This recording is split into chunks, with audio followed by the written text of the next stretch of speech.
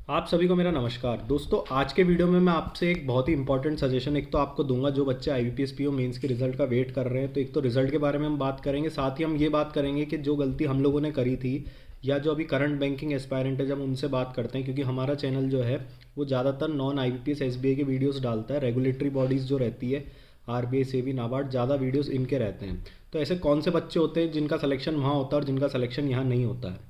लेकिन उसके पहले हम रिज़ल्ट के बारे में अगर बात करें तो रिज़ल्ट देखो, पिछली बार इनका एग्ज़ाम 26 नवंबर को हुआ था और रिज़ल्ट इनका आया था 5 जनवरी को।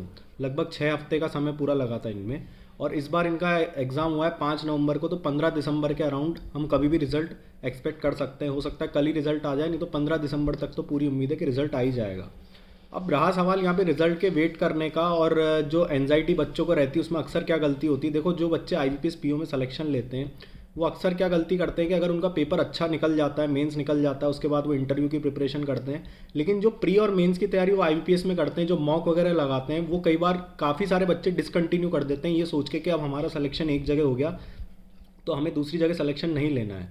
मैं आपको एक चीज़ अपने एक्सपीरियंस से बता रहा हूँ कि ये गलती बिल्कुल मत करना, क्योंकि 1 अप्रैल को आपका फाइनल सिलेक्शन का रिजल्ट आता है। उसके बाद बैंक में पोस्टिंग होते होते 3-4 महीने और लग जाते हैं। तो आपके पास काफ़ी लंबा एक क्रीम टाइम बचता है अपनी तैयारी करने के लिए। काफ़ी सारे बच्चे जो आईबीपीएस पीओ बन जाते हैं, क्योंकि हमारे चैनल पे ज़्यादातर वीडियोस जो रहते हैं वो RBI SEBI NABARD regulatory bodies के रहते हैं, एफसीआई के, एलआईसी के। वो अक्सर ये बोलते हैं कि अगर हम उस वक्त तैयारी कंटिन्यू करते तो इनमें से कहीं हमारा सिलेक्शन हो जाता।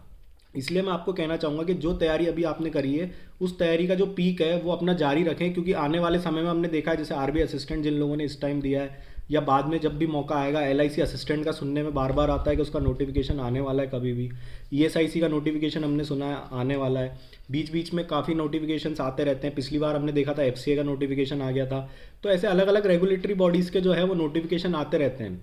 और बैंकिंग की जॉब, जो कोर बैंकिंग की जॉब होती है, वो करना आसान नहीं होता है। उसको सिलेक्शन लेने के बाद बच्चे बोलते हैं कि सर हमको बहुत प्रेशर हो रहा है, अब पढ़ने का भी टाइम नहीं मिल रहा है। तो ये जो आपको 6 से 7 महीने पढ़ने के मिलते हैं, इनको आप पूरे तरीके से यूटिलाइज करें, क्योंकि एक तो इसके अंदर आपका कॉन्फिडेंस बहुत ज़्यादा रहता है, क्योंकि अगर आपका सिलेक्शन हो जाता है तो उसके अंदर आपका कॉन्फिडेंस बढ़ जाता है। अगर इंटरव्यू तक भी कोई पहुंच जाता है, वहाँ सिलेक्शन नहीं होता तो भी उसका कॉन्फिडेंस बढ़ावा रहता है, क्योंकि वो मेंस क्लियर करके आता है। हमने हमारे चैनल पे जितने आरबीआई ग्रेड बी और आरबीआई असिस्टेंट के इंटरव्यूज़ डाले हैं, उनमें से मैक्सिमम बच्चे वही है जो आईबीपीएस पीओ के अंदर सेलेक्ट होकर आए थे या जिनका आईबीपीएस क्लर्क क्लियर हुआ था। लेकिन उन लोगों ने एक गलती नहीं करी जो अक्सर बच्चे कर देते हैं, कि उन्होंने अपनी तैयारी जो है वो कंटिन्यू नहीं करी। साथ ही बच्चे कई बार ये सोचते हैं कि एक बार हम जॉब कर लेंगे उसके बाद हम आरबीआई की तैयारी या नाबार्ड की तैयारी या एलआईसी की तैयारी करेंगे।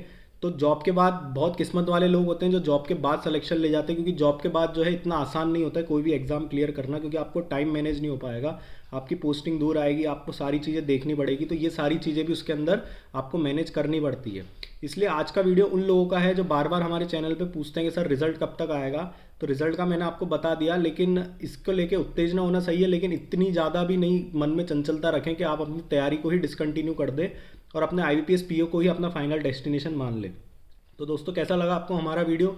अगर इससे रिलेटेड और कोई डाउट है तो नीचे कमेंट बॉक्स में टाइप करें और हमारी चैनल को लाइक शेयर सब्सक्राइब करें। आप लोग का बहुत बहुत धन्यवाद।